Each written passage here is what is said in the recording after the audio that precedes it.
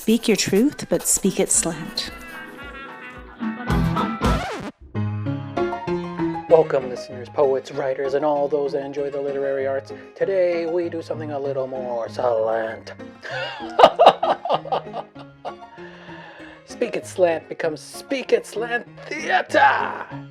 Join our hosts and actors, the Damsel of the stage, Terriann Walling, and the Prince of off, and partially sideways Broadway, Nikola Ragus, with a few short plays that will tease, twist, and titllize. Speak It Slant Theatre.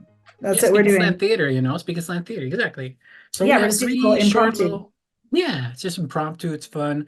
We're going to see how it goes. We're going to do 3 plays, short plays, 1 page, 2 page, 3 page type of thing going on.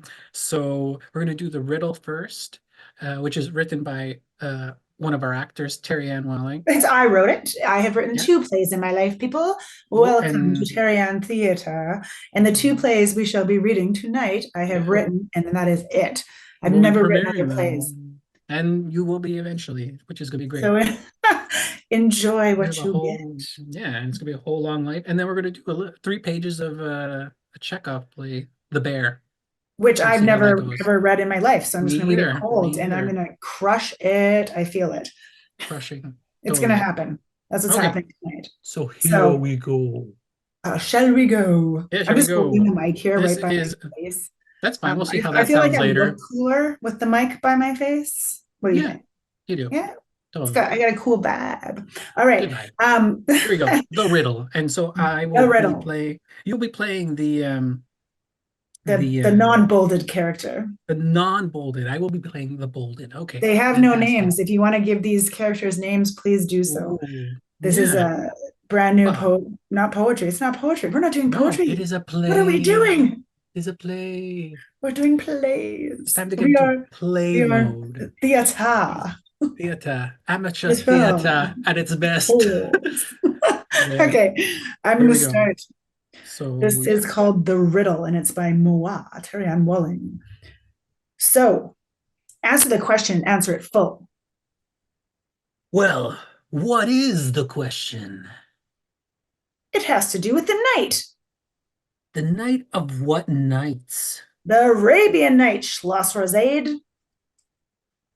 The night of 1001 possibilities. 1001 and 1 dreams, to be exact. Well, what is the question? Did I say there was a question? Well, I think you did, my friend. Have a drink. Okay, I will. Drink. Well, the question is one of logic and of love. I like that you impromptu took that line. Okay. No, it's there. So one of truth then? Is that not a question? You tell me. I'm still thinking of the 1001 logical answers. I would love to hear those, love. Well, I guess I must start with the original betrayal. Oh, yes. Start there. What is necessary? To do what? You know, the murdering part. That was nothing, of course. What? How can you say that? It's easy to do what is needed sometimes. That's horrible. Do you even try, love? Well, she was simply a woman. No logic. Well, what logic do you have when you need stories every night to sleep? Point taken. Is it about the stories or the sex? There is no sex without a story, mon ami. I must ponder that. Ponder away, Ponderosa. Are you ready for the question? No! We are exploring an idea here. Don't you go ruining it. Well, I will. I am the question asker, the asker of all questions. Fine. I cannot resist your insatiable charm and good looks. Well, riddle me this, my ally. What is it that you need in stories? Oh. There what makes this tale so good. Like Shasa, you know. End scene. And What is scene. this Good play job. even about? Oh, I don't know, but I would love to eventually extend it to like 3, 4 more pages. I'm Make it quite a real. certain it's one of the worst plays ever written, but I Oh, I quite don't love know it. about that. Mm. No, We'll I do it like it. I like after. having the worst play. I'd rather be the worst of all the plays than the best Oh, of none of so the good, plays, so good. whatever that means. It was so bad, it was good. It was so bad. It was so good. I like that okay, so when we do my other play that I wrote, you got to take on a different voice though, Of right? course, I've been working Okay, on because it. it's Horath. Horath I has a know. voice. Horath is someone completely, yes. Okay, let's do your play, then we'll do my play, and then we shall be done because Okay, fantastic. Yeah, we got to why do this not? quick. It's quick. Okay, It's quick. It's quick. It's good. what's Okay, the name of so your play? Okay, I gotta just pull it up. So yeah, me too. I got to pull up too, but it is a Antov Chekhov play called The Bear. yeah, He you does talk about it for a comedy. second while I find it. Yeah, hot second. Who's So Chekhov? yeah, Chekhov is like this like 1800s like Russian Oh, Jesus. I poet gotta who just was read this like, cold. Okay. yeah, he was like this Russian poet. I watched a play recently about him called Uncle Vanya, and it's Oh, I he's love it. very Okay, I'm gonna interesting. give the premise. I'm gonna give the characters. Do it, Okay, yes. I'm gonna read the first part, and Nicola picked this. I have never read it in my life, so I'm going to No, be here we amazing. go. Yeah, Um, luck. in all the worst ways. Okay, it's Yes. called The Bear by Anton Chekhov, written in 1888, translated by Julius West, and the characters are Elena Ivanovna Popova, a landowner little widow with dimples on her cheeks, Ooh. and Gregory Stikhanovich Smirnov, a middle-aged landowner. Oh God, where's this going, Nicola? Okay, there's a third person who's going to be Luca Povage, the He's yeah, footman. Luca. I'm not too worried about. He's like kind of not really like Luca is like he has a big part, but like I think I can do both Luca Okay, and a Gregory. drawing room You can in be Popova's house. Popova is deep, mourning, and has her eyes fixed on a photograph. Luca is haranguing her. Am I Popova? yes, you I are thought with her the name was dimple something. cheeks. Okay, I'm ready. I'm It's ready. just well, that's her last name. They put her last name. I'm ready. Okay, I'm ready. And I got a microphone in my hand. Yes, you do. It isn't right, madam. You're just destroying yourself. The maid and the cook have gone off fruit picking. Everything living being is rejoicing. Even the cat understands how to enjoy herself and walks about in the yard catching midges. Only you sit in this room all day as if that was a convent and don't take any pleasure. Yes, really. I reckon it's a whole year that you haven't left the house. I shall never go out. Why should I? My life is already at an end. He's in his grave, and I have buried myself between four walls. We are both dead. Well, there you are. Nikolai Mihalovich is the dead. Well, it's the will of the god. And may his soul rest in peace. You've mourned him, and quite right. But you can't go on weeping and mourning it forever. My old woman died too. Where her time came, well, I grieved over her. I wept for a month, and that's enough for her.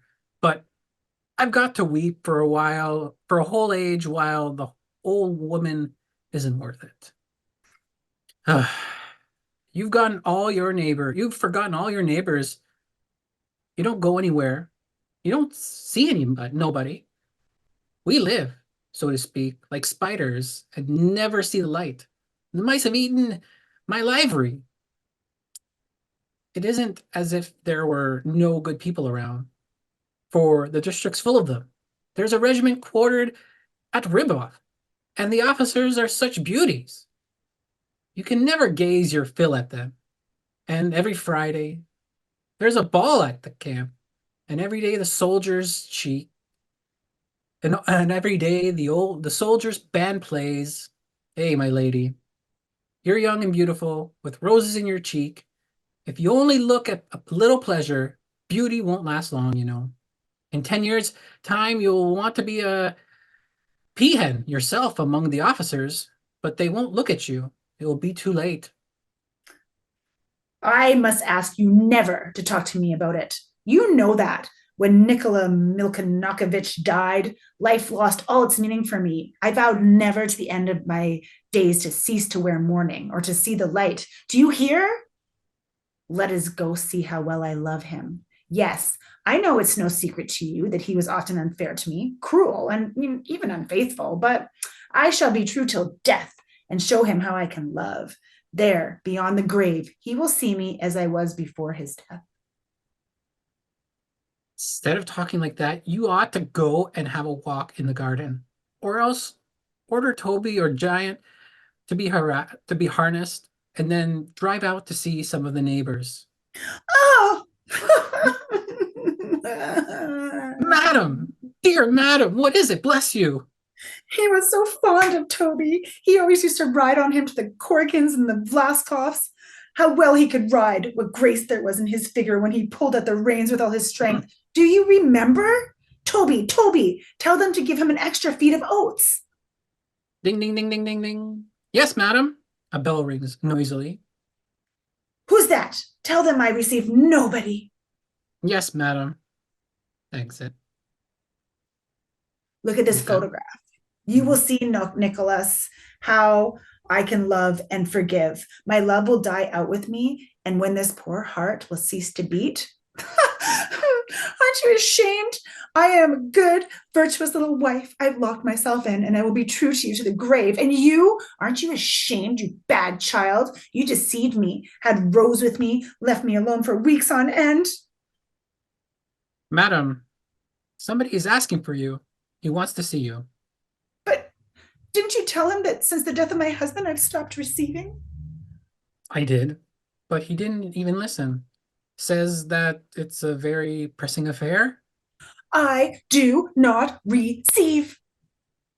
I told him so, but the devil curses and pushes himself right in. He's in the dining room right now. Very well, ask him in. What manners! How these people annoy me. What does he want of me? Why should he disturb my peace? No, I see that I shall have to go into a convent after all. Yes, into a convent. You fool. You're too fond of taking ass. Madam, Talking ass. I have the honor to present myself. I am Gregory Stepanovich Shmirov, landowner and retired lieutenant of artillery. I'm compelled to disturb you on a very pressing affair. What do you want? Your late husband, with whom I've had the honor of being acquainted, died in my death for 1,200 rubles on 2 bills of exchange. And I've got to pay the interest on a mortgage tomorrow. I've come to ask you, madam, to pay me the money today. 1,200? And what was my husband in debt for? He used to buy oats from me. Don't forget, you don't forget, Luca, to give Toby an extra feed of oats. If Nikola Milvekonchek died in debt to you, then I shall certainly pay you. But you must excuse me today, as I haven't any spare cash. The day after tomorrow, my steward will be back from town, and I'll give him instructions to sell your account. But at the moment, I cannot do as you wish. Moreover, it's exactly 7 months to the day since the death of my husband, and I am in a state of mind which absolutely prevents me from giving money matters my attention. And I'm in a state of mind which, if I don't pay the interest due tomorrow, will force me to make a graceful exit from this life feet first. They'll take my estate. You will have your money the day after tomorrow. I don't want the money the day after tomorrow. I want it today. You must excuse me. I cannot pay you. And I can't wait till after tomorrow. Well, what can I do? I haven't the money now. You mean to say you can't pay me? I can't. Is that the last word you've got to say?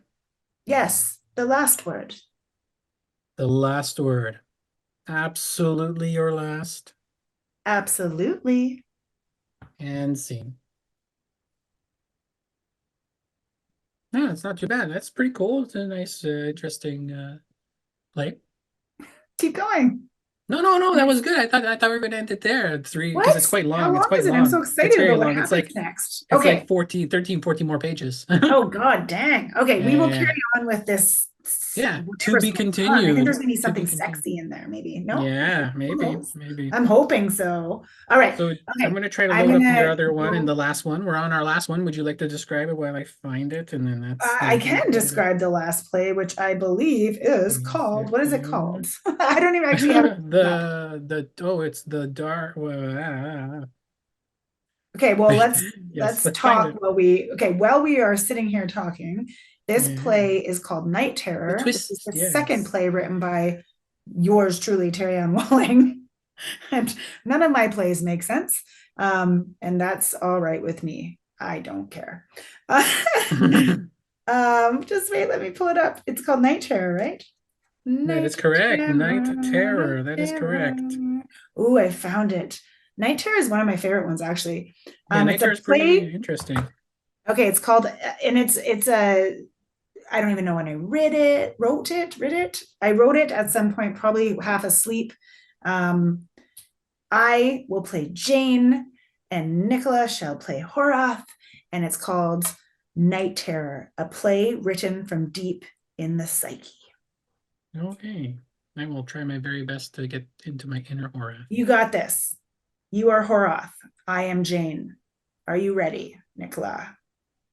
I will Do you think you try. can do this? Yeah. Okay, we got this. We're good at this. This is our 3.5 Speak It Slant play version, not poetry. No, exactly. Anybody that's here visiting this, thank you for taking the time to listen to plays. All right, I'm starting. Are you ready? In 3, 2, 1. Why is my name Jane? Seriously, did I just get created? Is there anyone else here? Oh, I'm here. What kind of name is Horath? Are you a part of my brain or somebody else's? I'm not sure myself. Perhaps we should try the 13 tests of identity. Does that require word association? At least 3 of the tests do. Donkey! Yo! Okay, enough of that. I'm starting to think I definitely made you up, that you are indeed just a figment of me, Jane's mind. What evidence do you have to sup? Oh, it's you. No, it's still you. No, it says Jane. Oh, is it Oh, me? I can manipulate your words. See? Injected. Well, perhaps I'm indeed then. What do I represent to you? Am I authentic then? That's a great question, Horace, my man. Oh, do you mind that name? I feel it's chummy and it feels right. If I'm but a figment and that feels right, then henceforth I am no longer a nice giant, but rather Horace the Chum. No, I prefer Ice Giant. Okay, so the question is still hanging. What do you represent? What do you feel you represent? Well, earlier today I was walking around many other creatures, and our eyes kept meeting as we passed one another, and in past times I would avert or glare, or take on airs of superiority or crush. Today No, Horath, you are a cat, a beautiful Egyptian one. Can you feel your majesty? Oh, it's delightful. why, now that you mention it, I can. I knew it. You just have that it factor, so feline-ish. I shall stroke your fur. Well, if I do, it's just because of you. I quite like you, Horath. I find you amusing and pretty. Pet, pet, pet. I also have this tiny robe for you. My slave made it. I'm delighted. I quite love robes, Jane, and slaves, robes and slaves, and you really can't get enough of these days. There's so many varieties of both after all. What's your favorite robe? And I might add what I quite like you, Jane. Your fingers are magical. Now, I thought you were going to ask what your favorite slave is, and which I would have chosen, and that's Napoleon. However, as you asked about robes, I would say the alpaca skin one. No. Did you have Napoleon slaughter alpacas to make it? Just adult alpacas? I hear the children don't make for a good robe. The aura of innocence or something or another. Are you suggesting that I would slaughter the innocent alpaca younglings? Those are sacred blasphemy. To an Egyptian cat, the younglings are but fodder for my games, mere subjects. You are no longer an Egyptian cat. You look too much. You took too much ownership over that. You are now a frog, a toad living in the jacket of a wizard. I like the bumps on my back. All ends well that ends well, Jane. I must make the most of my fated lot. See, you are a figment of my imagination as I hold the power to transform you. Ah, now you are a sexy fireman. You were not comfortable with the frog, were you? Sadly, not quite, but this new form. Thank you, my queen. I hear an alarm ringing under your chair. I must don my gear and come quickly. Horace bursts up from the chair, runs out to the room, and returns covered in perfectly smeared soot, an open jacket revealing small beads of sweat resting on the top of his pectorals. Stop! This is not a Harlequin romance, and I am not a queen. I am trauma in someone's mind, and you are a bit of it. Horace returns to cat form. Jane strokes him as he purrs. Thank you, Jane. The pressures of Harlequin sexiness was a lot. Now I'm quite comfortable. It makes me sick. Thanks. No longer will I lust after sexy firemen. Anyway, go back to catting. Jane, as a cat, I must ask, are you free trauma? I don't know. I think I must be trapped, or I wouldn't be writing myself out. Well, what could I be? That's exciting. Perhaps you are the heaviness of love separated. I feel I am a mirror reflected and reflection of a mirror stuck in a horror room. And I see the room and it's dark and I'm talking to you from it and my voice is echoing, but you hear me. I can hear you indeed, your voice and mine too, as your reflection fuse in the echo. Where'd this horrible room come from? From a dream, a bad one, a night terror. You were there when I called you, so I can actually have you with me for a bit. Thanks for hearing, but I'm stuck in here. There are still graves outside my house. Can you get me out? If I do, you may have to trust through the terror.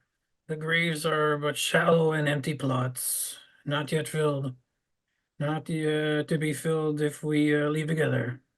They exist. I see them. Also, you can get out through the mirror. It seems to be made of a moldable steel in some way, but when I put my hands through it and I scream, no one grabs me. Jane, I will grab you. It's time I do. I've heard your screams all along. I know this, Horath, but I am literally the trauma of a night terror, one in which my owner was jolted out of sleep. You were there. I felt you, but I still exist. I didn't know I did until now. I've seen you clearly in reflection. I saw you and see you yet. You may be literal trauma, but you are not alone. I'm the weight born of trauma, ready to face and move beyond. Just as I hear you telling me, you are ready to recognize yourself. You are now a wizard. The end. Hey, and done. Oh no! Oh, I have to get out of there. Okay, that's a messed up freaking play. Yeah, it's messed up. It really is, but I like it, and I like that I wrote it, and I don't know what I wrote about, but I know that I had a dream. Okay, I think that's it, right? We're gonna That's it, everybody. wrap Thanks this so up. much. This is Speak It Slant 3.5. Speak It Slant Theater. Yeah, thank you for coming out and listening. If you listen to this, like, tell us what you thought of our plays. Do you want us to read some other plays? what do you want us to do? We're here. Did you see that voice? I can do that kind of voice. Yeah. So, Yes, you can. and if you're listening to this on Spotify, go check it out on YouTube as well. And that's it. See you later. That's everybody. See you later. Well, we do hope you enjoyed this slanted experience. Speak It Slant Theatre is a production of Speak It Slant, a poetry podcast. Its players and hosts were Terriann Walling and Nikola Ragus. Intro music by Kevin MacLeod with Frog Legs Rag, and regular intro by Aether Shanties with Until the Day We Die. If you like the show, be sure to get those fingers tapping over to iTunes, Spotify, and YouTube, and follow us and sub us there. Send us your play requests over on our Instagram or on our Spotify quiz. Yes, that's a thing. So we will see you next time at the theater.